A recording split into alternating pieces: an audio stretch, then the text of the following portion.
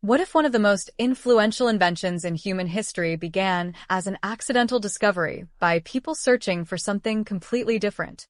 Centuries ago, Chinese experimenters were investigating unusual substances and attempting to understand the natural world. Instead, they discovered something that could burn extraordinarily rapidly.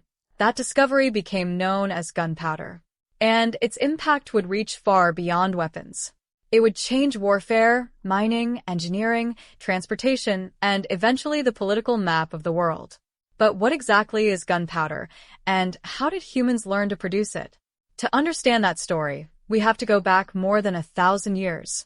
The accidental discovery. The earliest known development of gunpowder occurred in China during the first millennium. Early Chinese alchemists experimented with minerals and other substances while searching for medicines, unusual compounds, and perhaps even ways to achieve longevity. Some of these experiments produced unexpectedly energetic reactions. Over time, knowledge of these materials developed. What began as experimental chemistry gradually became a controllable technology. The earliest forms of gunpowder were not the sophisticated industrial products people might imagine today. They were mixtures designed to produce rapid combustion and expanding gases. And that distinction matters. Gunpowder doesn't simply explode in the same way as every modern high explosive. Its characteristic behavior is rapid burning, known as deflagration. That rapid combustion can generate hot gases and pressure. And once people learned how to control that pressure, an entirely new class of technology became possible: the science of rapid combustion. So, what makes gunpowder behave so differently from an ordinary piece of burning material? The key is the interaction between its chemical components. A conventional fire depends heavily on oxygen from the surrounding atmosphere. But gunpowder contains chemical ingredients that allow combustion to proceed rapidly without depending entirely on oxygen coming from the surrounding air. When ignition occurs, chemical reactions accelerate. Heat is released. More material reacts. Hot gases form. And pressure can rise rapidly when those gases are confined. This is the fundamental physical principle behind many historical applications of gunpowder. The important point isn't simply that the material burns. It's that it can produce a rapid release of energy and gases. That makes confinement and control extremely important. From China to the wider world. As knowledge of gunpowder technology spread, its applications expanded. Early uses included signals, fireworks, and military devices. Eventually, gunpowder became associated with increasingly sophisticated weapons. Knowledge traveled across Asia and into the Middle East and Europe through centuries of trade, warfare, and cultural exchange. European societies eventually developed their own manufacturing traditions. And the consequences were enormous. Fortifications that had been designed to withstand traditional weapons faced new challenges. Artillery became increasingly important. The design of castles, cities, ships, and armies began to change. A chemical discovery had become an engineering revolution. The rise of industrial production. As gunpowder became strategically important, producing it consistently became just as important as understanding its chemistry. Historical manufacturers developed specialized facilities for processing, mixing, grinding, and conditioning the material.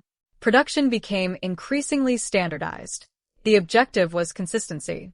A material intended for controlled combustion had to behave predictably.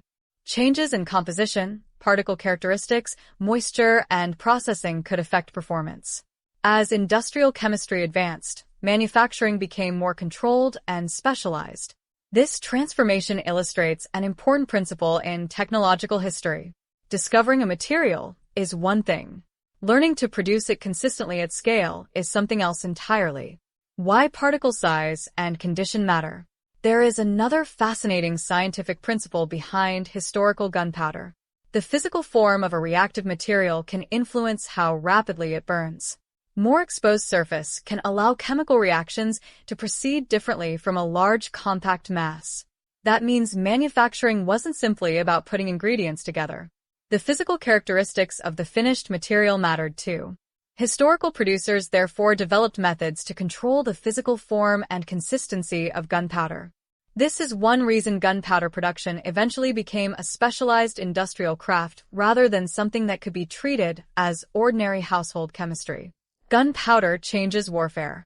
As firearms and artillery improved, the battlefield changed.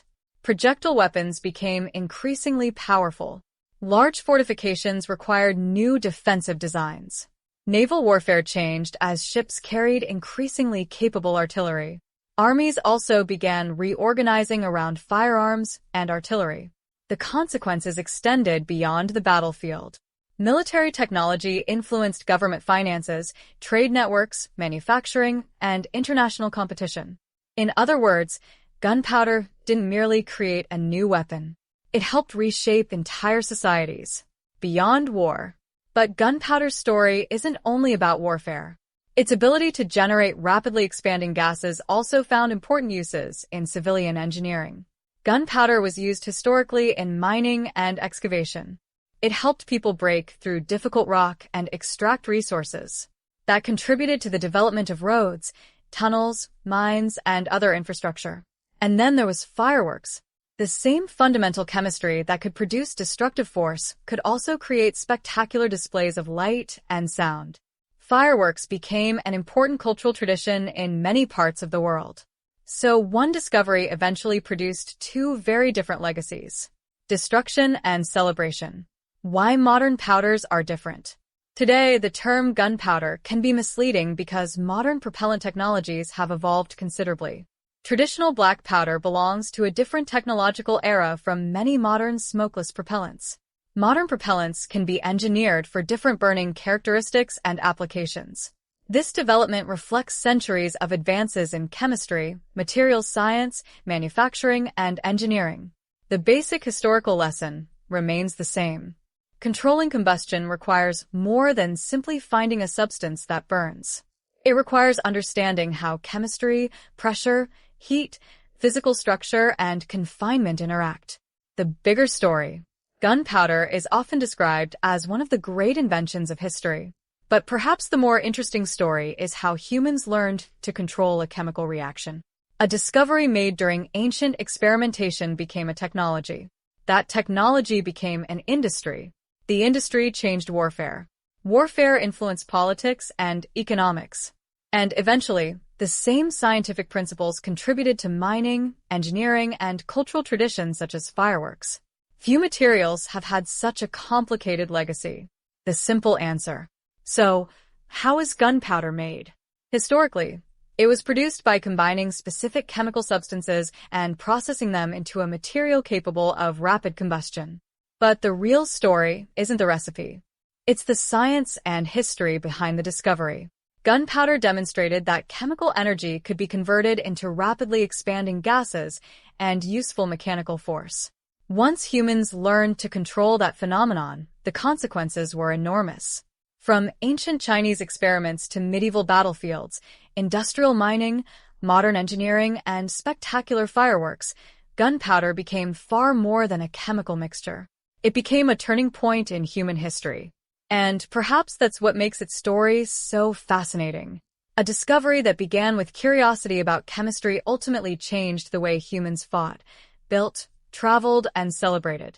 Sometimes the most important inventions aren't born from a plan to change the world. Sometimes they begin with a question, an experiment, and a completely unexpected result. Thanks for listening.